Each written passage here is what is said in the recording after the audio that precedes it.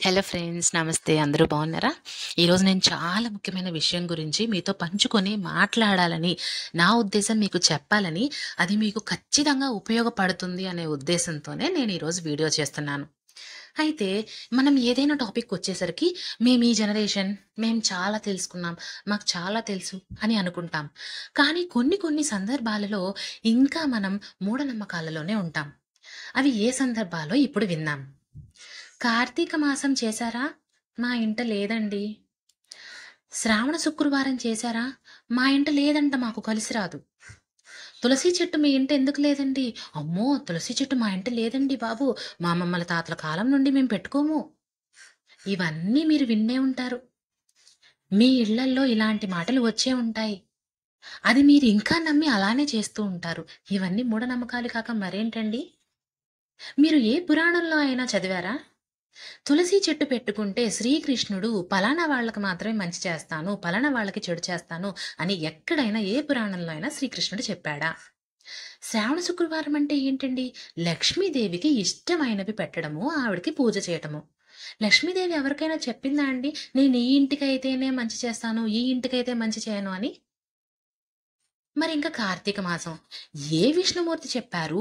ఎక్కడ శివుడు చెప్పారండి మనకి ఈ కార్తీక మాస వ్రతం పట్టడం వల్ల చెడు చేస్తాము అని?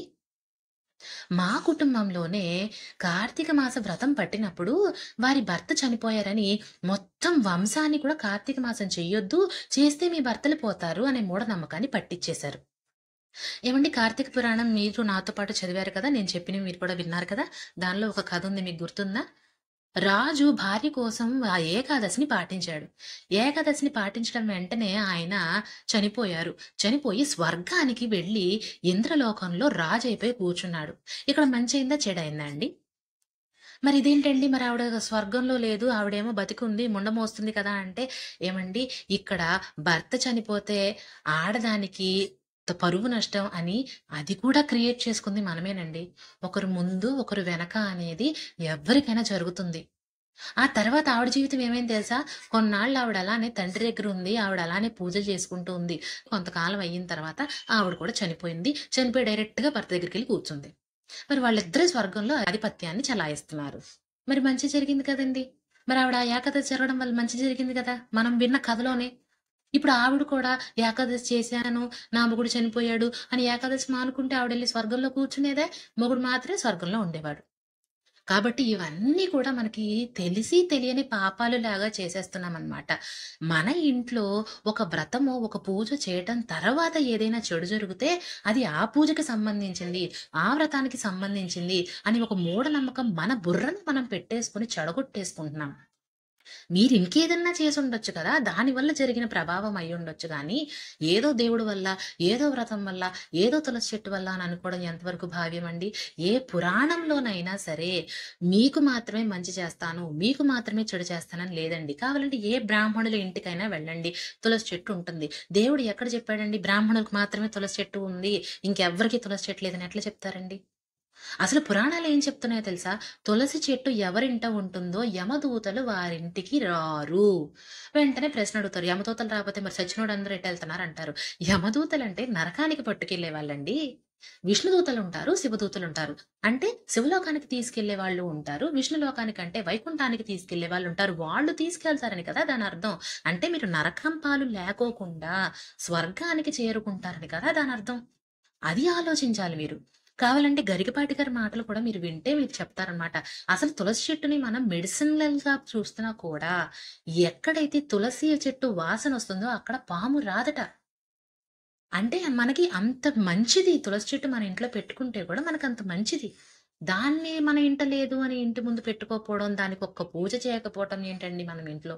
ఒక చెట్టుకి మనం ప్రాణం పోస్తే ఆ చెట్టు మనకి తిరిగి ప్రాణాన్నిస్తుంది తప్ప, అది మన ప్రాణాన్ని ఎట్లా లాగేసుకుంటుంది? అలానే కార్తీక మాసం. నేను ఈ కార్తీక వ్రతం చేసినప్పుడల్లా, లేదు, మా ఇంట కార్తీక మాసం లేదు. మేము పొద్దున్నే లేము, ప్రాతకాలంలో పూజలు చేయము, సాయంత్రం ప్రదోష కాలంలో పూజ చేయము. కొంతమందేమో భయంతో ఉంటారండి. ఇంకొంతమంది తప్పించుకునే వాళ్ళుంటారు. ఏముంది, పూజ చేయకపోతే పనైపోద్ది, ఇంటలేదు, ఇంటలేదు అంటుంటే సరిపోతుందనుకునేవాళ్ళు చాలా మందున్నారు. నాకు కనిపించారు గూడా. ఓపిక ఉన్న బద్ధకం. అమ్మో! పొద్దున్నే లేవాలా, చన్నీళ్ళ స్నానం జెయ్యాలా, పూజలు జెయ్యాలా, ఇదంతా గాపోతే ఎంట లేదంటే పనైపోద్దిగా అనుకుంటారు. మీరలాగా మీ భవిష్యత్తు గురించి, మీరు స్వర్గానికెళ్ళే మోక్షాన్ని పొందకోకుండా అలా బద్ధకిస్తే, దేవుడు మిమ్మల్ని జూసి ఏం చేయాలండి? కాబట్టి కార్తీకం వ్రతం ఏదైతే మూఢనమ్మకంతో ఈ సంవత్సరం చేయలేకపోయారో, కనీసం వచ్చే సంవత్సరమైనా వ్రతం నిష్ఠత చేయకపోయినా సరే, ప్రాతకాలం అంటే పొద్దున్న సూర్యుడు ఉదయించక ముందు చక్కగా స్నానం చేసి, విష్ణుమూర్తిని జపించి పూజ చేసుకోండి. సాయంత్రం ప్రదోష కాలం అంటే చంద్రుడు ఉదయించక ముందు శివుడికి పూజ చేసుకోండి. చాలు. ఇంకంతకు మించి మనం ఏం జేయాలి? నీసు మానేసేయండి. నీసు తినేవాళ్ళేమన్నా ఉంటే కార్తీక మాసం వరకు నీసు ముట్టము అని అని పెట్టుకోండి. ఇందువల్ల మనకేమవుతుందంటే మన బాడీ కూడా ఈ చలికాలంలో నీసు తినకపోవటం వల్ల ఏమవుతుందంటే అరుగుదల శక్తి అనేది తొందరగా జరగదు. అందుకని డైజెస్టిబుల్ ఫుడ్స్ మాత్రమే తీసుకోవాలి మనం. అందుకని నాన్ వెజ్ మానేస్తామనమాట. ఇక అలానే ఇప్పుడు మార్గశిర మాసం వచ్చేసింది. మార్గశిర మాసంలో గురువారాలు ప్రత్యేకత. లక్ష్మీదేవికి ఇష్టమైన వారాలు. ఈ 4 గురువారాలు కూడా మనం గనక పూజ చేస్తే లక్ష్మీదేవి కటాక్షం వస్తుంది అంటారు. మిగతా రోజుల్లో చేస్తే రాదా? అంటే వస్తుంది. ఏ వారంలో చేసినా కూడా లక్ష్మీ కటాక్షం తప్పకుండా వస్తుంది.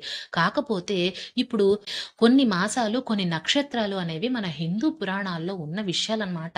కాబట్టి ఈ పలానా నక్షత్రం, ఈ పలానా మాసం అన్నప్పుడు ఆ దేవతలు చాలా యాక్టివ్‌గా ఉంటున్నప్పుడు వాళ్ళకి మనం గనక పూజ చేస్తే వాళ్ళు యాక్టివ్‌గా ఇస్తారనమాట ఫలితాన్ని. మిగతా రోజుల్లో కూడా ఇస్తారు. కానీ మనం కుదుర్చుకొని మనం ఈ వారాల్లో చేసుకుంటే తప్పేముందండి? దేవుళ్ళకి పూజ చేయడానికి మనం వాళ్ళకేమి సేవ చేయట్లేదండి. మన జీవితాన్ని ఉద్ధరించమని మనము మనస్ఫూర్తిగా కోరుకొని మనము దేవుళ్ళకి దండం పెట్టుకుంటున్నాం. కాబట్టి దాని గురించి ఆలోచించుకోవద్దు. ఇప్పుడు పెద్ద తిరుపతికి వెళ్లారు. పెద్ద తిరుపతికెళ్ళినప్పుడు ఎవరో ఒకళ్ళు ముసలాయన అక్కడ చనిపోయారు. పెద్ద తిరుపతికి మూసేసి ఇంకా కుటుంబం వారసత్వం నీకు పెద్ద తిరుపతి వెంకటేశ్వర స్వామి పనికిరాడని చెప్తారండి. ఎందుకంటే మనకి కుదిరిన వాటిల్ని మనకి పడలేదు, మన ఇంట లేదు అని చెప్పటం మనకు చాలా మామూలు విషయం అయిపోయింది. ఇక్కడితో ఈ జనరేషన్ అయినా బ్రేక్ చేసి, మన ఫ్యూచర్ జనరేషన్స్‌కి మీరు ఇవన్నీ మంచి విషయాలు చెప్తారని నా ఉద్దేశం అండి. పురాణాల్లో ఉన్న వాటి గురించి మాట్లాడుతున్నానండి. నేను బయట వాటి గురించి మాట్లాడట్లా. ప్రతి మనిషి కార్తీక మాసం చేయాలనుంది. ప్రతి మనిషి, ప్రతి కుటుంబం తులసి చెట్టు పెట్టుకోవాలనుందండి.